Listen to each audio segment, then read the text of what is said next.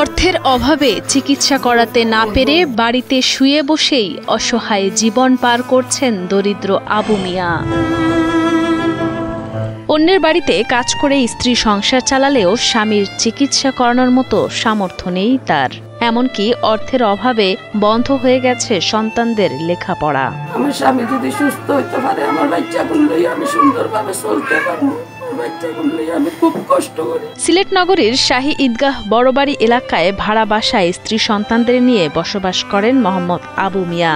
6 ছেলে মেয়ের মধ্যে বড় 2 মেয়ের বিয়ে হয়ে গেলেও আরো 4 ছেলে মেয়ে রয়েছে তার সংসারে।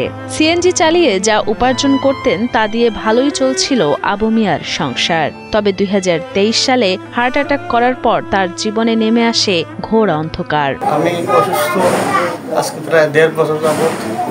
আমার স্ত্রী সন্তান নিয়ে অনেক দুঃখ কষ্ট। আমার মানুষের বাসায় কাজ করে আমার ওষুধ, আমার চিকিৎসা।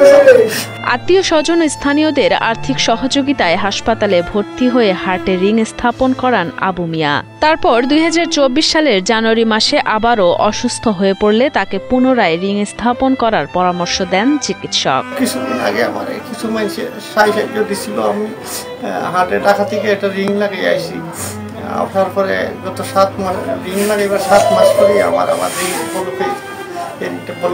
প্রথম হার্ট অ্যাটাকের পর দীর্ঘ 1.5 বছর বিছানায় কাটে আবু মিয়ার জীবন। তখন থেকেই কোনো উপায়ান্তর না পেয়ে মানুষের বাড়িতে কাজ শুরু করেন তার স্ত্রী। যে টাকা আয় করেন সেই টাকা দিয়ে বাসা ভাড়া দিয়েই শেষ হয়ে যায়। তাই বাধ্য হয়ে ছোট ছেলে সেলিমকে দেন একটি ওয়ার্কশপে। ছেলে পড়ালেখা করতে চাইলেও অর্থ না থাকায় বন্ধ হয়ে আছে তার লেখাপড়া। স্কুলে ভর্তি হতে পারলাম, আমার আব্বুর অসুখ, তার জন্য আমার আম্মু বাসায় কাম করে ঘরের ভাড়া দেয়, তার জন্য আমার আম্মু স্কুলে ভর্তি করতে পারে না। আজকে আমরা গরিব মানুষ 10-এর কাছে হাত পাতাইছি, আপনারা যদি আমার আব্বারা সাহায্য করেন, আর যদি আমরা সামর্থ্য থাকতো তাহলে আমরা আপনাদের কাছে হাত পাতাইলাম না। পরিবারের একমাত্র উপার্জনক্ষম ব্যক্তি বিছানায় পড়ে থাকায় অসহায়ত্ব জীবনযাপন করছেন পরিবারের সবাই। অভাব অনটনের সংসারে যেখানে দুবেলা দুমুঠো খাবারই জোটে না, সেখানে রিং স্থাপনের অর্থ জোগাড় করা সম্ভব নয় দরিদ্র পরিবারের পক্ষে। তাই সরকার ও বিত্তবানদের কাছে আর্থিক সহযোগিতা চান তারা। এখন আমার আব্বার অসুস্থ, আমরা সামর্থ্য দিয়ে তৌফিক দিয়ে আমরা পারি না আমার আব্বার চিকিৎসা করাই।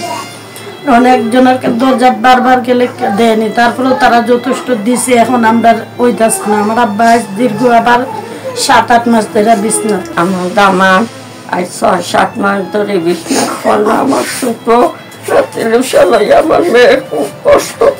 সন্তানদের লেখাপড়া করাতে এবং পরিবারের সবার মুখে খাবার তুলে দিতে সুস্থ হয়ে বাঁচতে চান দরিদ্র আবু মিয়া।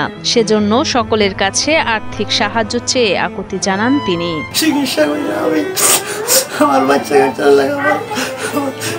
মুখে সাহায্য করে